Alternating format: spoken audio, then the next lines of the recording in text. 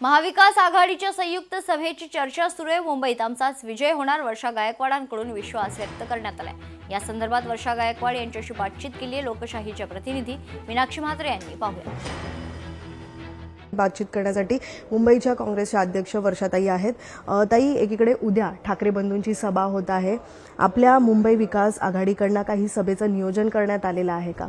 नाही, अगोदरच आता सगळ्या कॅन्डिडेटच्या माध्यमातून जे आहे ते सभा चालू आहेत, पण त्या व्यतिरिक्त सुद्धा आम्ही काही मागणी केलेली आहे। मला अपेक्षा आहे की या संदर्भामध्ये सचिन सावंत साहेब फॉलो करतात की आम्ही बांद्र्यामध्ये एक मीटिंग मागितली आहे, एक इतर ठिकाणी म्हणजे कलिनामध्ये मागितली आणि अशा विविध ठिकाणी अशा 5 ठिकाणी आम्ही सचिन सावंतजींना सांगून वंचित आघाडीची आणि बाकीच्यांशी आमची ती बोलणी चालू आहेत।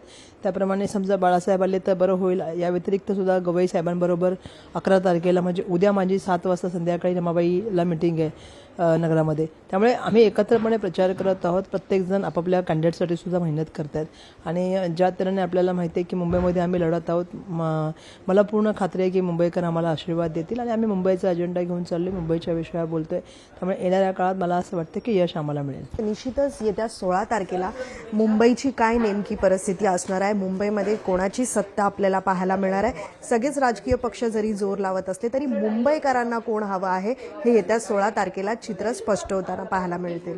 व्हिडिओ जर्नलिस्ट राजेश मनियारसह मीनाक्षी म्हात्रे, लोकशाही मराठी, मुंबई। लोकशाही मराठी ऐका, पहा, जागरूक रहा।